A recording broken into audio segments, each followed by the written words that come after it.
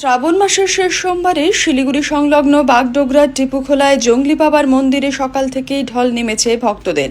মহাদেবের মাথায় জল ঢালতে দূর দূরান্ত থেকে আসছেন ভক্তরা। শেষ সোমবার হওয়ায় মন্দির প্রাঙ্গণে জমেছে উপচে পড়া ভিড়। তবে এই ভিড়ের মাঝেই সতর্কবার্তা জারি করেছে বাগডোগরা বন দপ্তর।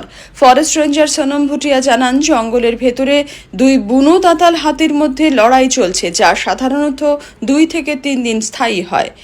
সেই কারণে মন্দিরে আগত সকলকে সতর্ক থাকার পরামর্শ দেওয়া হয়েছে। বন দপ্তরের নির্দেশ পাওয়া মাত্র যেন ভক্তরা তড়িঘড়ি মন্দির চত্বর ছেড়ে বেরিয়ে যান, তাও জানানো হয়েছে।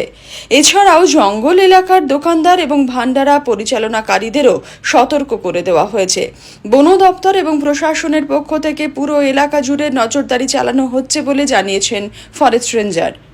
ये रिस्क जो है आपके पास में जानकारी होना ज़रूरी है, तो थोड़ा ध्यान रखें और मेंटली प्रिपेयर्ड रहे कि अगर कोई इमरजेंसी होता है तो पुलिस प्रशासन और फॉरेस्ट की तरफ से अगर इमरजेंसी में खाली करने के लिए बोला जाए तो आप लोग तुरंत ही 1 नंबर जो जिस तरीके से फील्ड में स्टाफ लोग गाइड करेंगे उसी तरह से खाली करने का कोशिश करिएगा।